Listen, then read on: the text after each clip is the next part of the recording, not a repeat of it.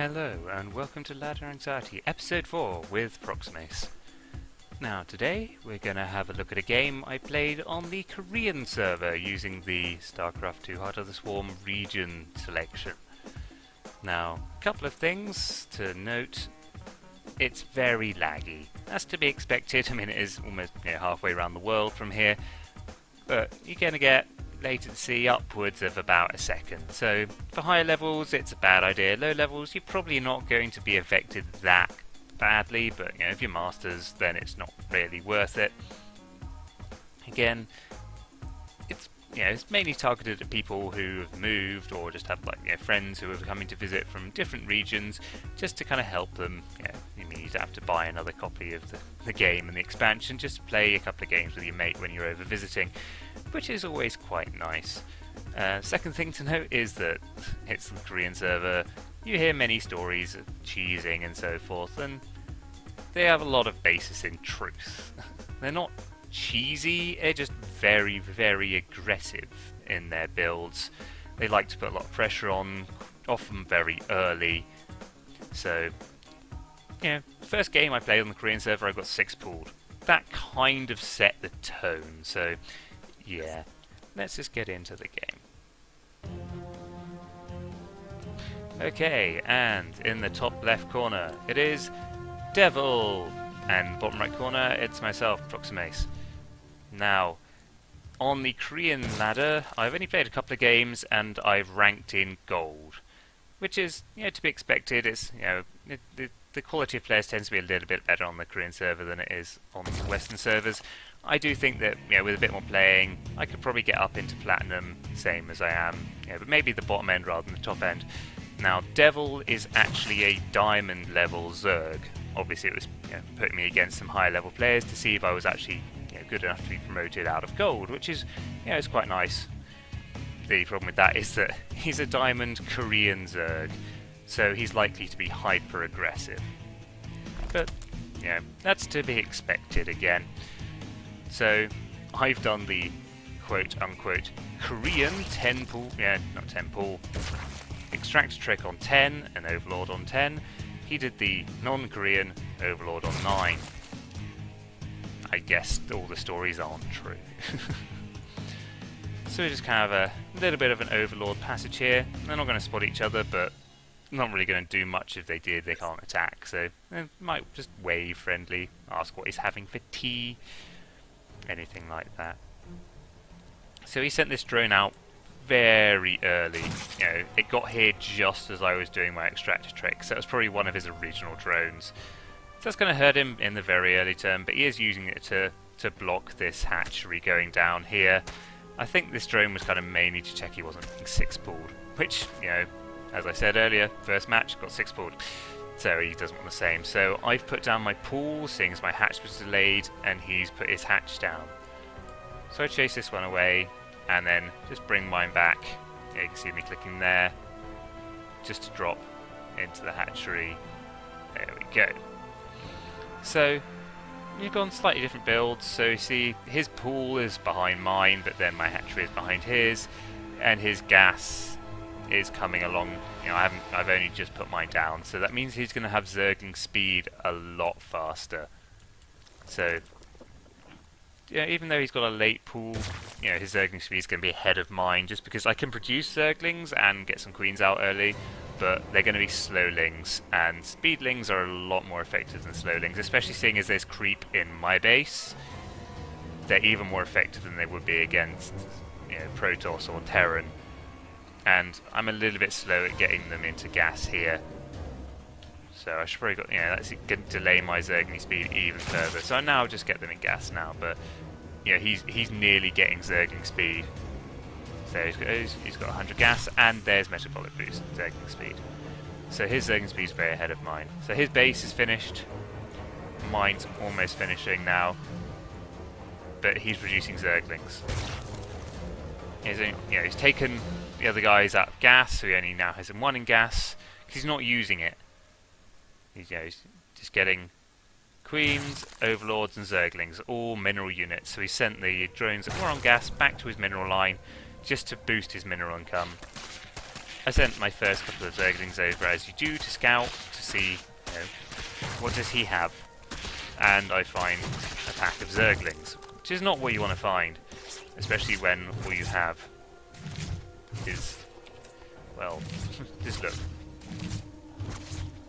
Not any army. I have 2 queens and 22 drones, so my drones are ahead of him, but I've only got 1 on the natural here, so I'm not really mining much more efficiently than he is. He is supply block from that overlord I killed at the front here, but it's not that intense of a supply block. He's got 1 finished and he goes right back into production. So you can see here, he's going to have 10 zerglings coming out just after his metabolic boost finishes, and mine's still a good, 50 seconds off. So I'm going to have slowlings for quite some time here, and he's got a big pack of speedlings. So here he comes in. These, speed is finished for him, so now he's got speedlings. And you can see they just, I surrounded my queen here with my zerglings just to keep the queen alive. But then he just runs away, runs up to my main, takes out this queen, but then he gets surrounded by me, and I clean up these. Meanwhile, those other 10 he was making have now run in, take out that queen, and start working on this hatchery. So it's a little bit panic mode for me. See, I'm starting, I went roaches because, I like beefy army. I tend to go roaches regardless of what race I'm playing against, which I know is not ideal, but hey, everyone to their own. I like roaches. At least it's not alpha roach.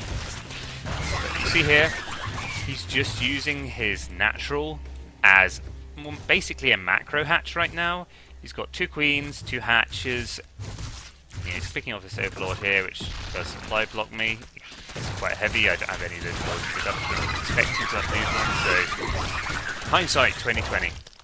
But I run a couple of zerglings up here and just they died, but I see the space is still here, but I don't really see anything else, just zerglings. Which is kind of worrying, because I don't really have anything back here. I have this pack of roaches, but 7 roaches against this many lings, 20 in production, and they're all rallied right to the front, see? Right behind my mineral line, so he just runs these up, takes out all of these roaches, and I've got 2 queens in production, and now I'm just swamping a big group of lings. But now he just runs into my main. I clump them all up by clicking on this mineral patch a whole bunch of times and then tell them to attack. So they kind of stack up, and I do manage to clean out these lings, and I don't actually lose that many workers. If you think about it, you normally just go up to, just 2 missing and then 1 that would be in this gas. So, I lost maybe 3, 4 drones at most, which isn't too bad, but then he's kind of not bothering with drones. He does make these drones here, and then for some reason these kind of just wander off on their own. I'm not sure where all these drones are going. There's nowhere clicked for them to go. They just wander forward. He does notice, he grabs them and he pulls them back, so I have no idea what these were actually doing. I didn't even spot these until watching the replay back, because I have no vision over here. It's just random drones just coming back. I did wonder when I was watching the replay back whether he was going for some kind of all-in, but at that point he's taken out my natural, and he doesn't really have any attacking units, so sending in a whole bunch of drones against a couple of spines and some roaches would just be suicide for the drones, but he does pull them back and get them mining on his natural. So, surprisingly, we are even on drones. After all that's happened, we're even on drones, and I actually have the largest army now. 7 roaches, 6 zerglings. But, because he's put so much pressure on the zerglings, I don't, at this kind of stage, I'm just playing mind games with myself, in that I think he's just going to attack all the time. Like, the second I move off of this ramp, a huge pack of zerglings is just going to come in, take out this base, and then take out this base. So I feel pinned right here. But the truth is, if I grabbed these and ran them over here, run them past the spines and just kill everything. He hasn't got any units, and he's not making any. He's just going for upgrades. So that's something I should probably have done. But again, I was just so kind of worried about this huge swarm of zerglings running up my ramp, because that's all he'd been doing up until then. So, again, if I just made like, ran one of my zerglings up here and just seen absolutely nothing, yeah, I might have gone, oh, I can push up here. But now he's kind of getting on his feet. He's getting drones onto this mineral line. I haven't even finished my natural expansion again, so he's way ahead. But I do have vision over here. See, there's no base here. I should get vision over here as well. But I've got, most of the bases I think he could take quite pinned down with vision. I've got overlords at the front. Maybe one over here just to stop this counter-attack path would be great, but I'm kind of just watching this ramp because he is just rallying them straight down the middle. So he's now getting a little pack up. He's going for +2 attack. I don't have any attack upgrades, I don't have any Evo chambers, but I'm getting burrow and roach speed because I'm kind of relying heavily on roaches. So I'm now just starting to drone up my natural here. He's now considerably ahead on drones. So, now he's fully saturated on his main. It's fully saturated on his natural, pretty much. There we go, yeah, that's pretty much fully saturated. He's now posturing to take this base over here. I'm not sure quite why he dropped that changeling there, but we'll never know. So I'm now just running this overlord here, playing a bit of switcheroo with the overlords on the right hand side here. The one from this base goes to check out this base. One from this base goes straight up here to this one, and the one from here goes over there. Yeah, nice switch. It's maintain vision, but it's not all that complicated. So now I've extended creep. Again, creep's not so important to spread really well in Zerg vs Zerg because their units benefit from it too. But it's always good to have it between your bases, just because if that one's being attacked and then there's mutas here and you have something you can shoot air, you can run it over here just that bit quicker. But you tend not to see it pushed right across the map as you do in Zerg vs Terran particularly is one of the kind of most kind of important spread creep.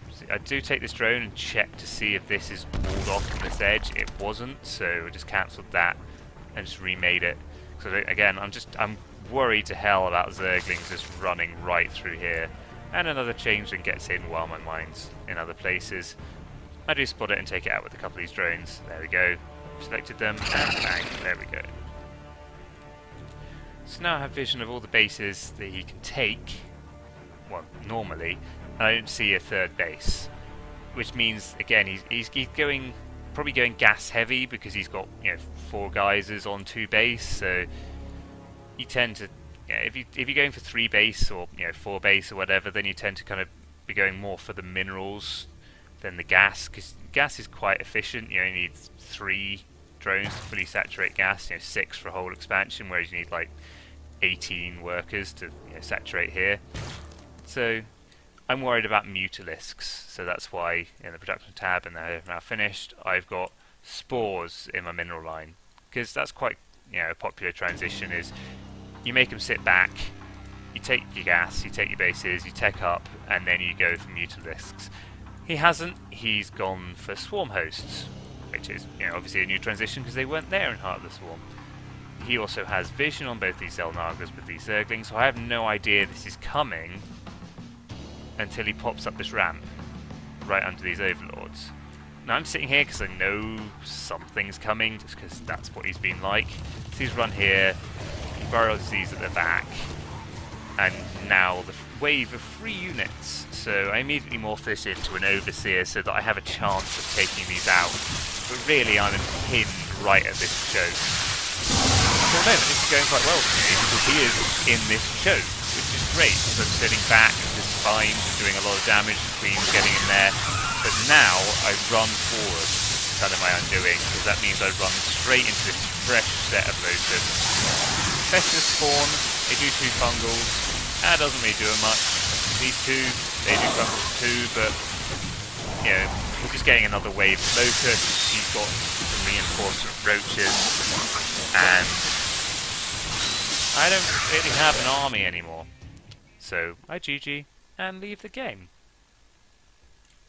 So there you go. That's our first experience on a Korean ladder for you. Macro hatching on one and technically 2 base, but no drones there, just macro hatching and swarming huge quantities of zerglings. And then when I sat back, he obviously knew I was sitting back. He had these 2 Zelnagas, he had good vision. You know, his creep was spread out a little bit further than mine. Again, it's not so important, but you know, this does give you vision, which is useful, so we knew nothing was running right here. Again, he could have been better about saturating after the attack, but I get the feeling that he's quite used to that first Zergling wave, like, winning outright. And to be fair, it kind of did. I was pretty much dead. If he just made a couple, you know, rather than him droning up, if he'd made, you know, another bunch of Zerglings and pushed at this ramp when I only had, you know, 7 roaches and 6 Zerglings, you know, another 20 Zerglings would have been able to take that. But instead, you know, as Artosis said, if you're ahead, get a header. So, you know, he took the 3rd base, I took the 3rd base, but never used it, just because it's hard to use it when there's swarm hosts buried in your choke. So, swarm hosts are good, man. 3 units. They do quite a lot of damage. They don't have a lot of health, but yeah, they do 14 damage. Roaches do 20, so it's just a little bit under a roach, but you get, you know, 2 of them per swarm host. Yeah, they have a duration, but they don't cost anything, so you have to invest in on the swarm hosts, obviously, but once they're burrowed, you just sit there and just rally wave after wave, which is, as you can see, quite effective. You know, it's good against Terran 2 because you can besiege tank lines. Protoss you can push, you know, if they've cannoned up or, you know, block the gateways, you can just rally up some locusts and just take out the buildings with those. So yeah, playing on that and Korean ladder, good fun. Difficult, but good fun. Again, I wouldn't recommend it if you're, you know, Diamond Masters level, just because the latency means that you're performing less well than you would otherwise, but I'm not going to blame that for me losing. I think me losing was not holding off that first attack, and then it just took me another 10 minutes to die. But you win some, you lose some, you learn some. I've been Proximace, and this has been Ladder Anxiety episode 4. Next week, I think I'll see if I can get a really good fun mono battle. They're always good fun, especially if there's one with an updated Heart of the Swarm unit pool, because you can get some quite silly unit compositions like Widow Mine Swarm Host. They better hope they're allowed to build a Tection for that one. See you next week. Bye bye.